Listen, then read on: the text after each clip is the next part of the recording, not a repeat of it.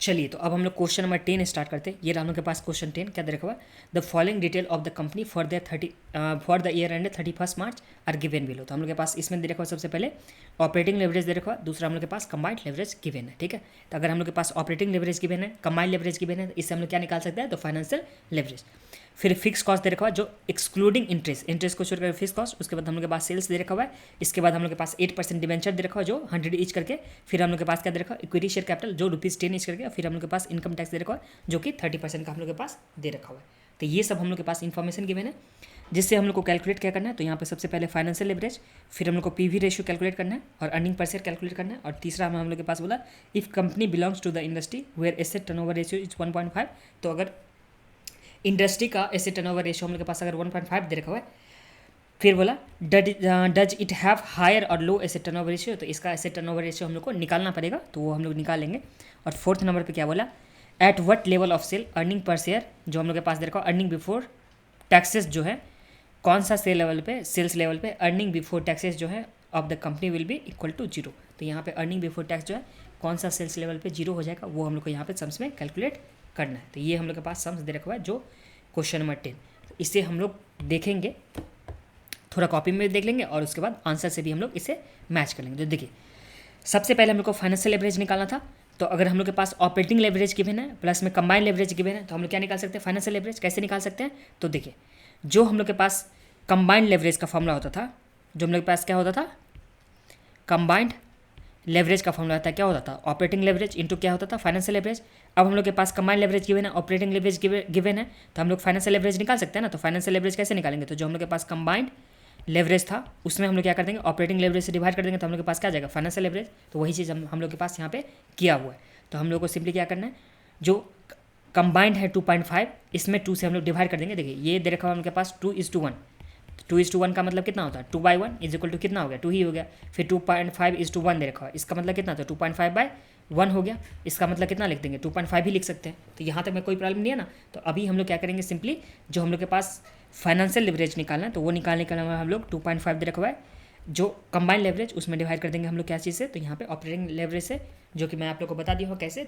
तो combined leverage is equal to होता है operating leverage into financial leverage. तो अगर हम लोग फाइनेंशियल लेवरेज निकालना चाहते हैं जो कि मल्टीप्लाई में है, तो कंबाइंड के साथ आएगा तो क्या चीज़ में आएगा, तो डिवाइड में। ये हम लोग के पास आ जाएगा कितना, तो 2.5 डिवाइड बाई 2, तो ये हम लोग के पास आ गया 1.25।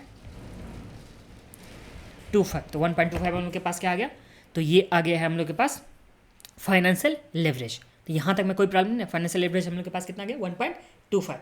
अब जो नेक्स्ट हम लोग को निकालना है, वो निकालना है पीवी रेशियो और अर्निंग पर शेयर निकालना है। ठीक है, तो पीवी रेशियो भी निकालना है प्लस में हम लोग के पास अर्निंग पर शेयर भी। तो अब देखिए हम लोग के पास क्या क्या इन्फॉर्मेशन गिवन है। तो देखिए सबसे पहले हम लोग के पास सेल्स तो गिवन है, तो हम लोग एक फॉर्मेट बनाएंगे, जो मास्टर फॉर्मेट हम लोग के पास इनकम स्टेटमेंट का होता था ना।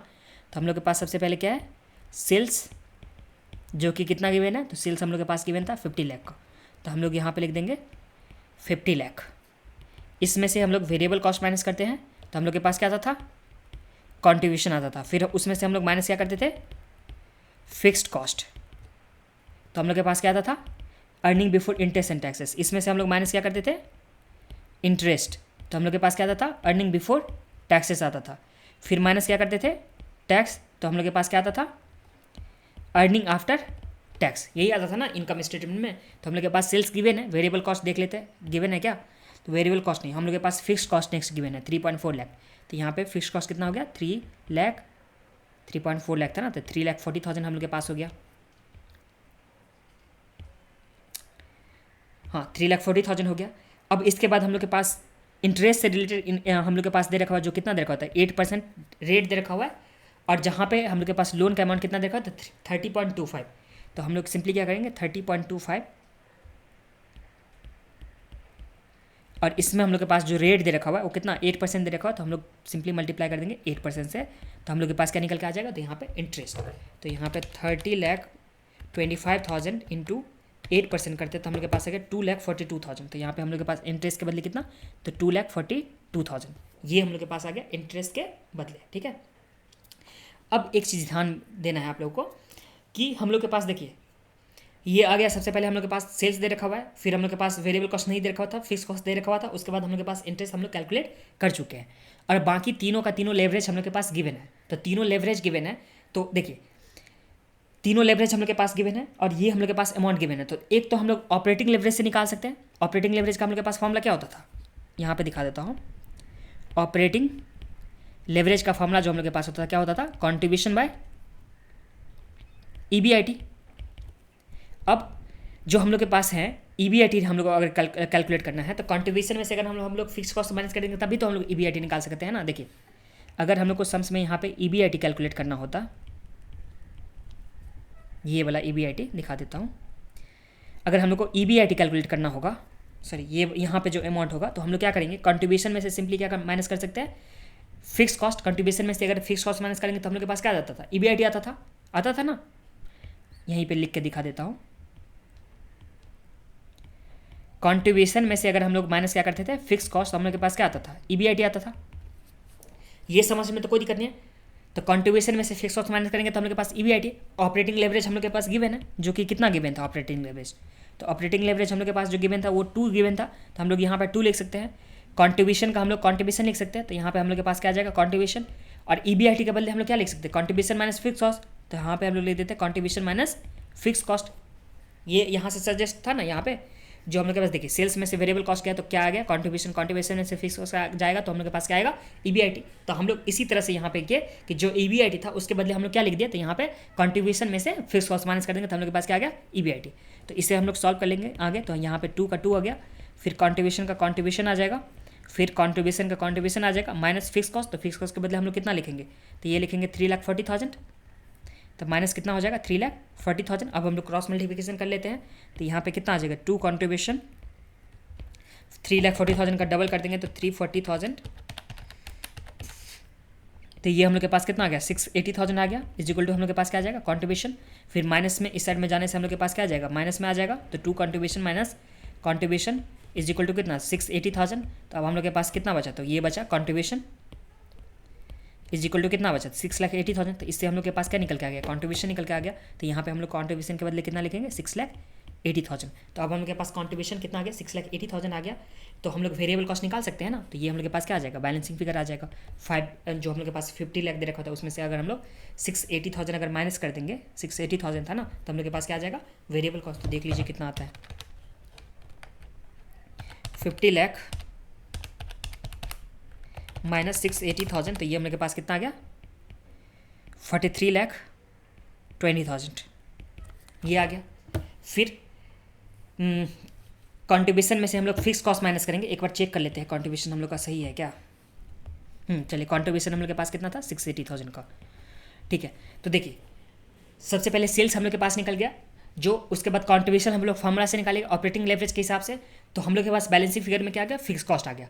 अब कंट्रीब्यूशन के बाद हम लोग के पास क्या दे रखा, फिक्स कॉस्ट। तो अगर हम लोग 680,000 जो कंट्रीब्यूशन है, इसमें से अगर हम लोग 340,000 जो माइनस करेंगे हम लोग कंट्रीब्यूशन का, तो 680,000 माइनस 3,40,000, तो हम लोग के पास जो आ गया EBIT वो कितना आ जाएगा, तो यहाँ पे 3,40,000 हम लोग के पास आ जाएगा।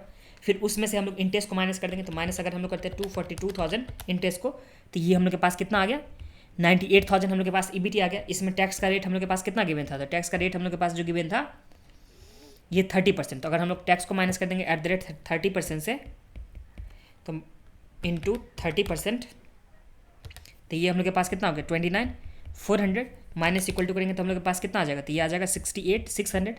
तो ये हम लोग के पास क्या आ गया, अर्निंग आफ्टर टैक्स आ गया। यहाँ तक भी कोई दिक्कत नहीं है। हम लोग सिंपली क्या गए थे, जो हम लोग के पास सबसे पहले इन्फॉर्मेशन दे रखा था वो हम लोग के पास फिक्स कॉस्ट दे रखा हुआ था, और इंटरेस्ट हम लोग कैलकुलेट कर लिए थे कहाँ से, तो बैलेंस शीट से जो हम लोग के पास लोन का अमाउंट था उसका रेट ऑफ इंटरेस्ट दे रखा था, उससे हम लोग यहाँ पे इंटरेस्ट कैलकुलेट कर लिए थे। तो ये हम लोग के पास आ गया था।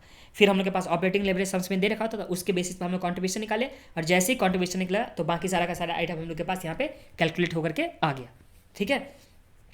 तो ये हो गया, कैलकुलेट होकर के आ गया। अब सम्स में हम लोग के पास रिक्वायरमेंट जो था वो निकालना था PV रेशियो। तो PV रेशियो क्या होता था, तो PV रेशियो का हम लोग के पास जो फॉर्मूला था वो क्या था, तो PV ratio is equal to क्या होता था, तो कंट्रीब्यूशन बाय सेल्स इंटू 100 होता था। PV रेशियो का ये फॉर्मूला होता है ना, कंट्रीब्यूशन बाय सेल्स इंटू 100। अब हम लोग कंट्रीब्यूशन तो निकाल चुके हैं, जो कितना निकाले थे, तो 680,000 कंट्रीब्यूशन था, तो 6,80,000 हम लोग के पास कंट्रीब्यूशन आ गया। और सेल्स कितना था, तो सेल्स हम लोग के पास 50 लाख का, तो डिवाइड बाय हम लोग क्या कितना कर देंगे, तो यहाँ पे 50 लाख इंटू 100, तो ये हम लोग के पास कितना आ जाएगा, तो 6,80,000 6.8 डिवाइड बाई 50 इंटू 100, तो हम लोग के पास आ गया 13.6% जो हम लोग के पास क्या आ गया, पीवी रेशियो। तो जो हम लोग के पास सम्स में रिक्वायरमेंट था पीवी रेशियो का वो आ गया। फिर अर्निंग पर शेयर निकालेंगे, तो अर्निंग पर शेयर कैसे निकालते, तो जो हम लोग के पास earning available for equity shareholder होता था, बट यहाँ पे प्रेफरेंस शेयर तो है नहीं, तो अर्निंग आफ्टर टैक्स जो होगा वही हम लोग के पास क्या हो जाएगा, earning available for equity share holder. तो अर्निंग आफ्टर टैक्स डिवाइड हम लोग कर देंगे नंबर ऑफ इक्विटी शेयर, जो कि हम लोग के पास कितना दे रखा हुआ है, तो 34 लाख का टोटल हम लोग के पास इक्विटी शेयर कैपिटल है, और एक शेयर का प्राइस है ₹10 करके, तो नंबर ऑफ इक्विटी शेयर कितना हो जाएगा, तो 34 lakh divide by 10 is equal to कितना हो गया, तो 3.4 हो गया ना। 3.4 लाख हम लोग के पास नंबर ऑफ इक्विटी शेयर, और अर्निंग आफ्टर टैक्स दे रखा हो, तो उससे हम लोग क्या निकाल देंगे, तो हम लोग निकालेंगे यहाँ पे अर्निंग पर शेयर। जो कैसे निकालेंगे, तो earning after tax divide by number of equity share. Earning after tax कितना निकाले थे यहाँ पे 68,600, इसमें डिवाइड कर देंगे नंबर ऑफ इक्विटी शेयर जो हम लोग के पास कितना था, तो 3.4 लाख, तो यहाँ पे 3.4 लाख मतलब 3,40,000, तो हम लोग के पास कितना आ गया, तो यहाँ पे 68,600 डिवाइड बाय 3,40,000, तो ये हम लोग के पास आ गया 0.20176। ये हम लोग के पास क्या आ गया, अर्निंग पर शेयर। एक बार चलिए आंसर भी चेक कर लेते हैं, तो देख लीजिए 13.6 हम लोग के पास आ गया था कॉन्ट्रीब्यूशन, और जो हम लोग के पास अर्निंग पर शेयर था वो कितना था 0.202। तो यहाँ पे 0.202 अगर राउंडिंग ऑफ करेंगे तो इसे लिख सकते हैं ना 0.202, तो ये हम लोग के पास क्या आ गया था यहाँ पे अर्निंग पर शेयर। तो यहाँ तक अर्निंग पर शेयर तक तो कोई प्रॉब्लम नहीं है ना, हम लोग पीवी रेशियो भी निकालिए, अर्निंग पर शेयर भी निकालिए, मतलब ये फर्स्ट वाला भी निकालिए और सेकंड वाला भी हम लोग कैलकुलेट कर चुके हैं। अब सम्स में क्या बोला, if company belongs to the industry where asset turnover ratio is 1.5, तो जहाँ पर एसेट टर्नओवर दे रखा हुआ है 1.5, जो इंडस्ट्री में कंपनी है उस इंडस्ट्री का यहाँ पे एसेट टर्नओवर कितना दे रखा हुआ 1.5 दे रखा हुआ है। डज इट हैव हायर और लोअर एसेट टर्नओवर रेशियो, तो हम लोग को इसका एसेट टर्नओवर रेशियो निकालना है, जो ये वाला एग्जिस्टिंग कंपनी है उसका हम लोग को एसेट टर्नओवर निकालना है। तो एसेट टर्नओवर कैसे निकाल देते हैं, तो एसेट टर्नओवर निकालने के लिए हम लोग क्या करते हैं, सिंपली सेल्स बाय जो टोटल एसेट होगा वो करते हैं। तो सेल्स बाय टोटल एसेट, तो सेल्स हम लोग के पास गिवन है, टोटल एसेट सम्स में गिवन नहीं है, तो जो हम लोग के पास लाइबिलिटी साइड में दे रखा हुआ है उसी को हम लोग टोटल कर देंगे। तो लाइबिलिटी साइड में हम लोग के पास क्या क्या दे रखा हुआ है, तो हम लोग के पास सबसे पहले इक्विटी शेयर कैपिटल दे रखा हुआ है, और हम लोग के पास डिबेंचर दे रखा हुआ है, और भी अगर रिजर्व एंड सरप्लस होता है या और भी हम लोग के पास शॉर्ट टर्म लोन दे रखा होता है, या हम लोग के पास करंट लाइबिलिटी या लॉन्ग टर्म लाइबिलिटी अगर कुछ भी होता तो सारा का सारा हम लोग ऐड कर देते, तो जो जितना हम लोग के पास लाइबिलिटी साइड का टोटल होता उतना ही एसेट साइड का टोटल होता है ना। देख लीजिए, ये अगर हम लोग के पास बैलेंस शीट होता तो बैलेंस शीट में यहाँ पे फिक्स एसेट होता था, यहाँ पे करंट एसेट, तो ये हम लोग के पास क्या होता था, टोटल एसेट हो जाता था। ठीक है, लाइबिलिटी साइड में देखेंगे तो हम लोग के पास शेयर कैपिटल होता है, लॉन्ग टर्म लाइबिलिटी होता है, और हम लोग के पास क्या होता है शॉर्ट टर्म लाइबिलिटी या करंट लाइबिलिटी। तो करंट लाइबिलिटी इस तीनों को टोटल कर देंगे तो हम लोग के पास आ जाएगा क्या, बैलेंस शीट का टोटल। ये हम लोग के पास गिवन नहीं है, शेयर कैपिटल गिवन है और लॉन्ग टर्म कैपिटल गिवन है, तो अगर हम लोग इस दोनों को ऐड कर देंगे तो हम लोग के पास क्या हो जाएगा, तो ये हो जाएगा बैलेंस शीट का टोटल, क्योंकि ये इसे मान लेंगे हम लोग क्या, तो जीरो मान लेंगे करंट लाइबिलिटी को। तो बैलेंस शीट का टोटल में हम लोग क्या करेंगे, जो हम लोग के पास डिबेंचर है प्लस में जो हम लोग के पास इक्विटी शेयर होल्डर है उसे हम लोग क्या कर देंगे, ऐड कर देंगे। तो चलिए यहाँ पे लिखते हैं जो हम लोग के पास है एसेट टर्नओवर का रेशियो, एसेट्स टर्नओवर रेशियो, इसका फॉर्मूला हम लोग के पास क्या होता था, तो हम लोग के पास जो भी सेल्स हो गया बाय टोटल एसेट्स। सेल्स हम लोग के पास सम्स में कितना गिवन है, तो सेल्स हम लोग के पास जो गिवन है 50 लाख का, तो सेल्स के बदले हम लोग के पास कितना आ जाएगा, तो ये आ जाएगा 50 लाख का सेल्स। इसमें डिवाइड करेंगे टोटल एसेट है, तो टोटल एसेट तो हम लोग के पास सम्स में गिवन नहीं है, तो हम लोग सिंपली क्या करेंगे, इक्विटी शेयर कैपिटल को प्लस में डिवेंचर को ऐड कर देंगे। तो 34 लाख प्लस 30.25, तो 34 लाख प्लस 30.25, तो यहाँ पे 50 लाख डिवाइड बाई कितना हो जाएगा, 34 लाख प्लस 30.25, तो ये आ गया हम लोग के पास 64.25। तो ये इसका जो रेशियो हो जाएगा तो 50 डिवाइड बाई MRC, तो ये हम लोग के पास आ गया 0.7782 टाइम्स। तो ये हम लोग के पास क्या होगा, एसेट टर्नओवर रेशियो।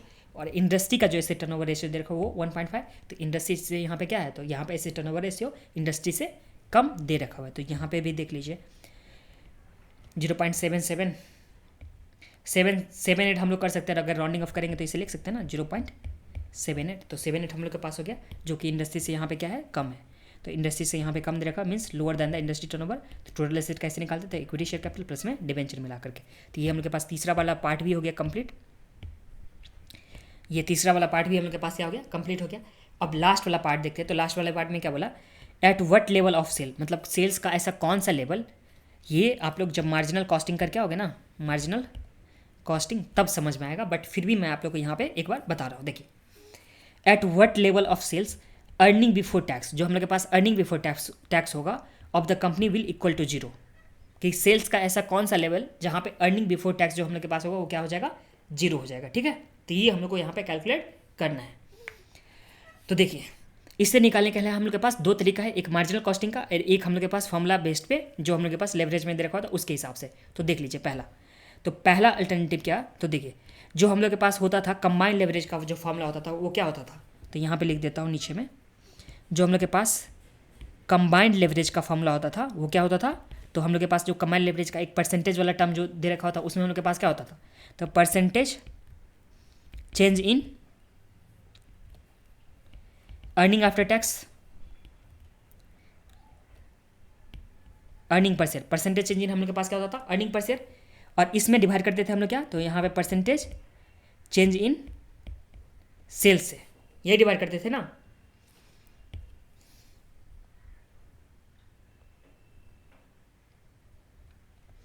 तो एक हम लोग के पास फॉर्मूला ये हो जाता था कंबाइंड रेशियो का, हम लोग के पास क्या होता था कि percentage change in earning per share divide हम लोग क्या करते थे परसेंटेज चेंज इन सेल, ये हम लोग के पास क्या होता था कंबाइंड लेवरेज का फॉर्मूला होता था। अब क्या यहाँ पे बोला कि earning before tax will be zero means 100% reduction in EBT, मतलब देखिए ये हम लोग के पास क्या था अर्निंग पर शेयर का यहाँ पे परसेंटेज, एक बार मैं चेक कर लेता हूँ नीचे वाला फॉर्मूला सही है ना, ठीक है, ये देख लीजिए कंबाइंड लेवरेज का हम लोग के पास जो है percentage in earning per share divide by percentage in sales. अब यहाँ पे देखिए ये यहाँ पे कॉपी में आ जाइए, कॉपी में आप लोग को अच्छे से समझा देता हूँ। जो हम लोग के पास कंबाइंड लेवरेज का जो फॉर्मूला होता क्या होता था, percentage change in earning per share, earning per share का यहाँ पे परसेंटेज चेंज डिवाइड बाय क्या होता था परसेंटेज चेंज इन सेल्स, ये होता था।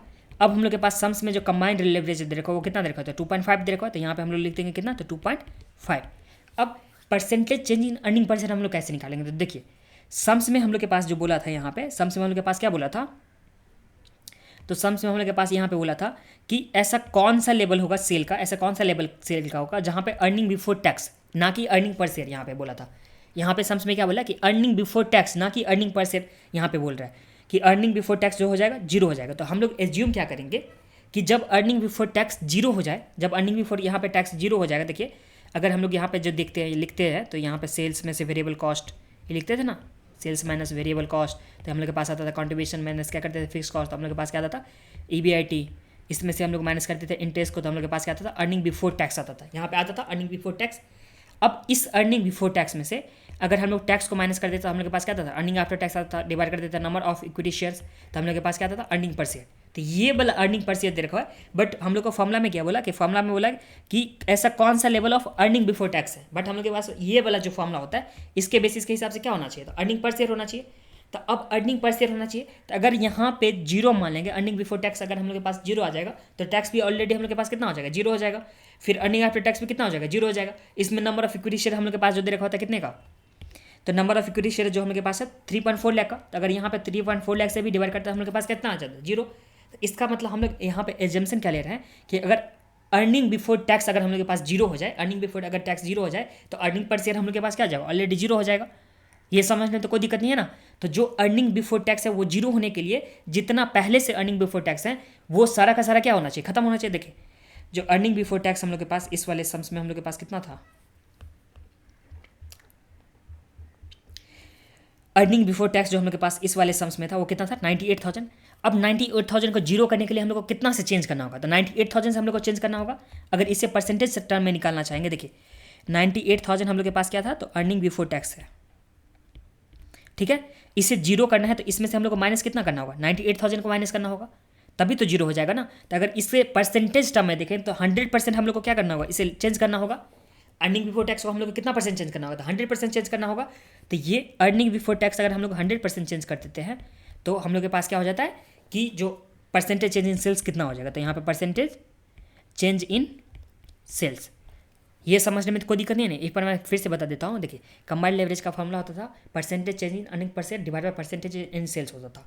अब हम लोग एजम्पशन क्या ले लें कि अगर अर्निंग बिफोर टैक्स जीरो हो जाएगा तो हम लोग के पास अर्निंग पर शेयर भी जीरो हो जाएगा। ये एजम्पशन के साथ साथ वैसे भी हम लोग के पास करेक्ट था, जीरो अगर ले लेंगे तो माइनस करेंगे तो सारा का सारा जीरो हो जाएगा। ये समझने में तो कोई दिक्कत नहीं है। अब अर्निंग पर शेयर हम लोग को चेंज करवाना है या अर्निंग बिफोर टैक्स जीरो करवाना है तो पूरा का पूरा अर्निंग पर शेयर को हम लोग को क्या करना होगा, लेस करना होगा, मतलब 100% चेंज करना होगा, 100% लेस करना होगा। इसलिए हम लोग के पास जो अर्निंग पर शेयर हो गया वो 100% हो गया, और percentage change in sales divide by percentage change in sales, क्योंकि हम लोग को सेल्स का चेंजेस निकालना है। तो अगर हम लोग इसे क्रॉस मल्टीप्लिकेशन करेंगे, मतलब परसेंटेज चेंज इन सेल करेंगे, तो हम लोग के पास कितना आ जाएगा, 100 डिवाइड बाय 2.5 आ जाएगा। अगर हम लोग इसे और लिखेंगे, परसेंटेज चेंज इन सेल लिखेंगे, तो हम लोग के पास कितना आ जाएगा, तो 100 डिवाइड बाय अगर करेंगे 2.5, तो हम लोग के पास कितना आ गया, तो ये आ गया 40%। तो 40% हम लोग के पास सेल्स में चेंज हो जाएगा। हम लोग के पास ऑलरेडी जो मतलब एग्जिस्टिंग सेल है वो कितना है, तो यहाँ पे एग्जिस्टिंग सेल जो दे रखा हो वो दे रखा हो हम लोग के पास 50 लाख का। तो ये हम लोग के पास एग्जिस्टिंग सेल आ गया 50 लाख। इसमें से 40% हम लोग को डिक्रीज करना होगा, तो माइनस कर देंगे हम लोग क्या, डिक्रीज @40%। तो अगर हम लोग 50 लाख का 40% करते हैं तो हम लोग के पास कितना आ जाता है, तो ये अगर हम लोग करते हैं 50 लाख इंटू 40%, 50 लाख इंटू 40% करते हैं तो हम लोग के पास कितना आ जाता है, तो यहाँ पे 50 लाख इंटू 40%, तो ये हम लोग के पास आ गया 20 लाख।